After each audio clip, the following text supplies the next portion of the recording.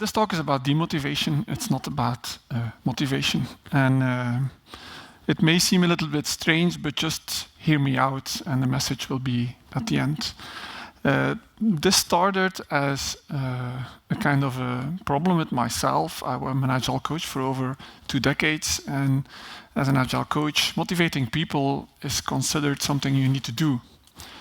But after 2 decades, you kind of know all the tricks and tips, and I got bored.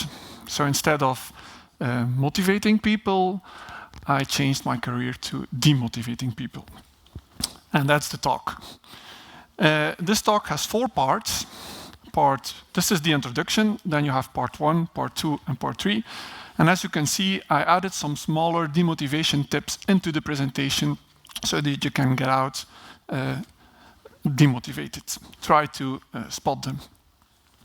Let's start with part 1, the techniques.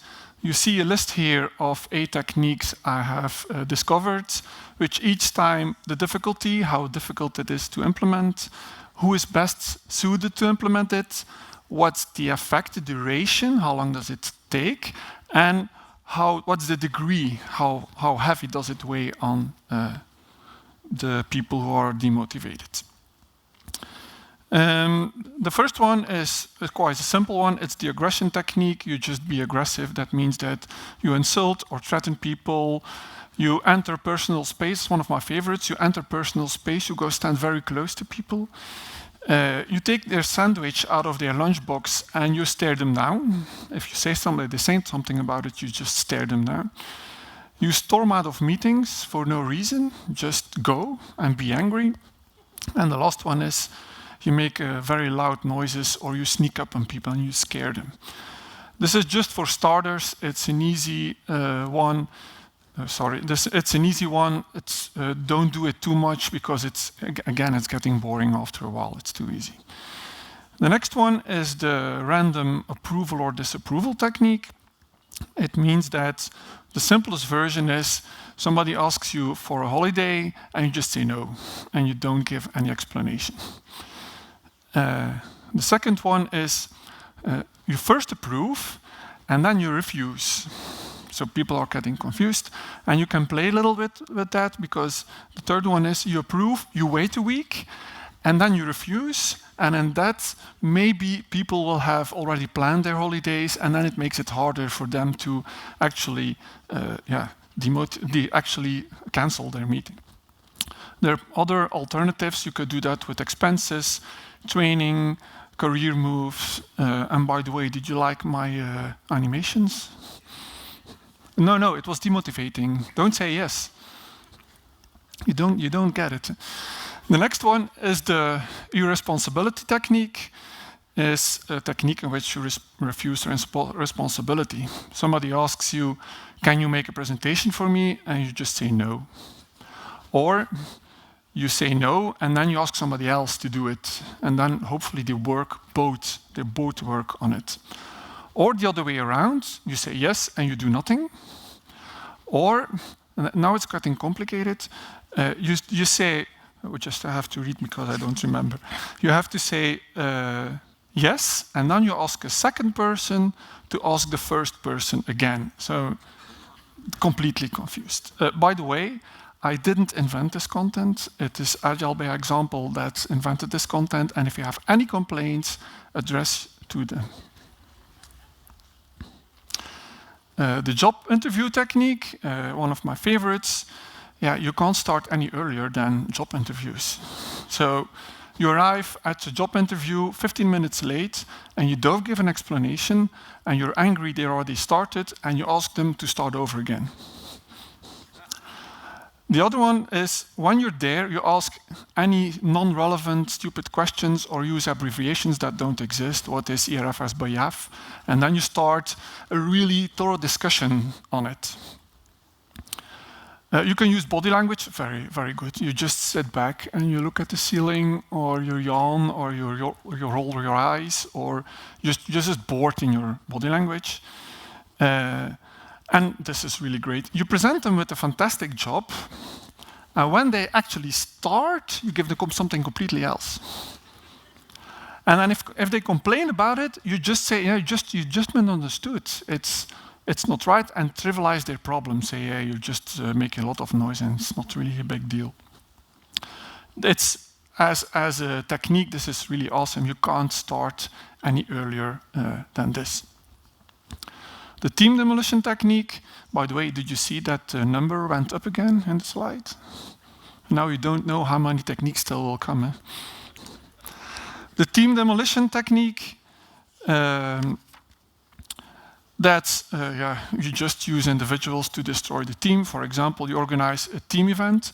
You don't prepare, you just improvise as much as you can, and you let it fail horribly. You force people to drink alcohol the whole day, and then you let them define a vision. After the team event, you'll see that some people will not agree with each other, so they will be kind of incompatible. Afterwards, you just put them together, those people who are incompatible. And if you see that the relationship doesn't work, you really focus on that, and you make a lot of attention, and you say it's your fault that you're not agreeing with other people. And if hopefully somebody leaves, then you do an exit interview, just publish it unfiltered.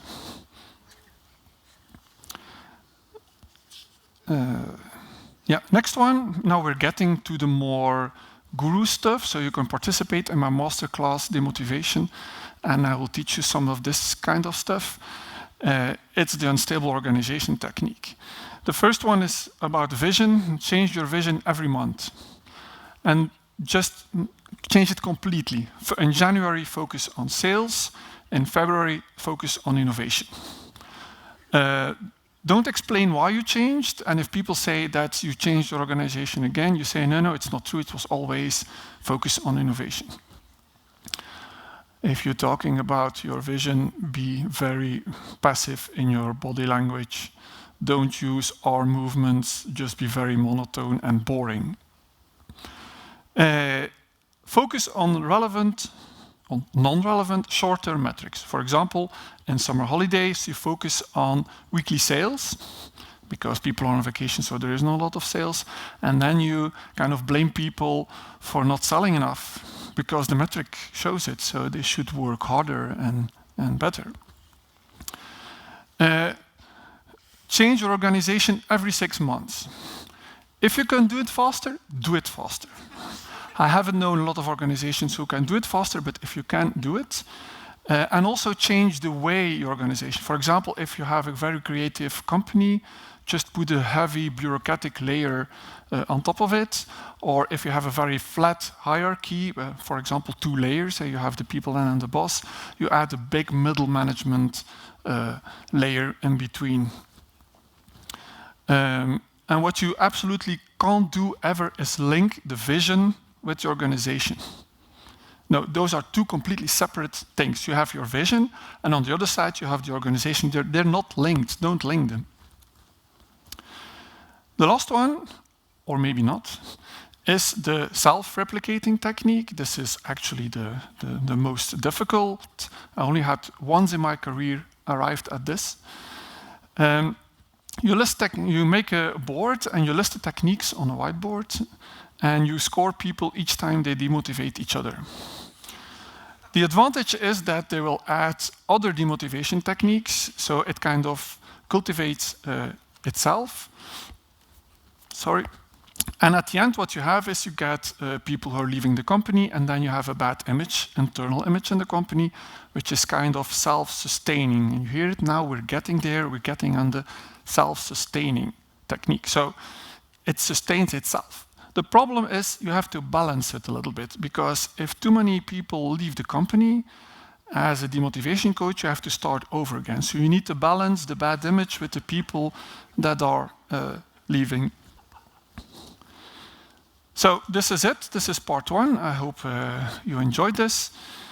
Part 2 is about the existential problems. That's also the title of this talk, my existential problems. I'm not quite sure if you will get it, this audience, because I think you're kind of simple. So I'll try anyway. And if you don't understand, just be demotivated.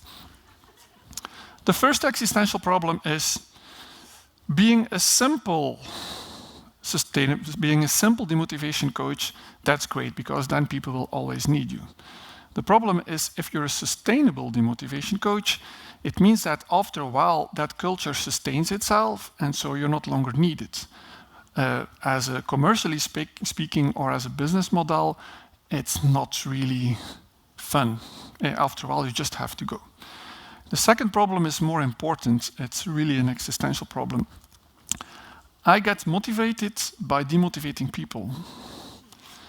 The problem is, I'm a demotivation coach. So shouldn't I kind of be the example to everybody and be demotivated? So is it morally okay for me to be motivated as a demotivation coach? So I'm really lying awake at night and thinking about this stuff on how I should behave. So that's the second problem, the sustainable demotivation. Now, what was this presentation about? Kind of strange, but there is still a message. It actually started as a joke. On a Friday afternoon, 10 years ago, with a couple of colleagues, we were this Friday afternoon, you know the scene, so we didn't really actually work anymore. It's kind of the weekend is almost there, like just brainstorm on crazy stuff. And there were some interviews next week. And in that kind of brainstorm modus, we kind of discussed, okay, how could we actually demotivate people in that interview? We didn't do it, by the way, it's just a joke. And what started as a joke, it derailed a little bit. After a while, we noticed that we actually made a whiteboard with demotivators on the wall. And I always remember number 5 was the refusing responsibility, like the technique I explained here. It was actually on the wall. It was number 5, you don't accept responsibility. The funny thing that happened was it became a kind of a vocabulary. You guys know Insights Discovery with the colors and your personality types and stuff like that? You could compare it to that. If I say that somebody has a red, yellow communication style, you kind of know what it is without the whole explanation, and there is no emotion connected to it. And so the fact of hanging the demotivators on the wall actually helped to talk about it. I used it in a couple of teams. The ultimate joke when I got fired once in my company, and people were really sad to see me go, and they actually said to me, yeah, now you've done it. It is the ultimate demotivation. You kind of just let yourself fire, and now we're all demotivated. That was the joke they came up with to me. 3 things to learn. The first thing is, I have suffered most of these demotivators in any company. I've been doing my job for like 20 years, and as a consultant, so I've seen a lot of companies. Most of these things, I actually saw them or sensed them, which is no fun. So the first thing is you can kind of recognize these motivators, either as a receiver, so as somebody who suffers them, or as a sender, actually somebody who did that to other people. That's the more painful recognition.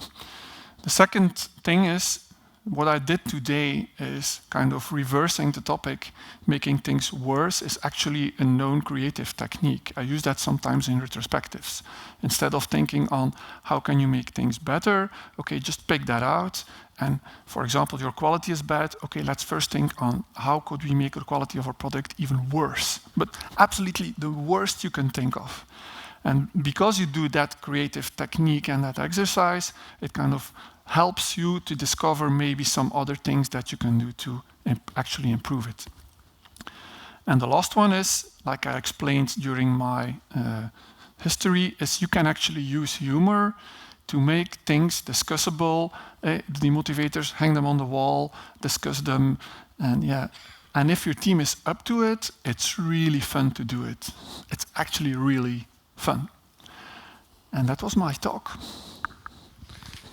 Any questions? Thanks a lot, Pieter.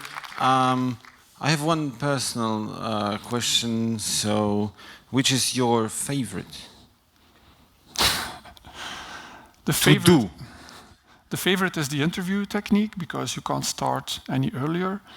I heard a couple in my previous talk in one of another conference. I had people asking to give, like it's on the slide, give me your favorite techniques. And somebody said you could try to make departments sabotage each other. I really like that also. Thanks.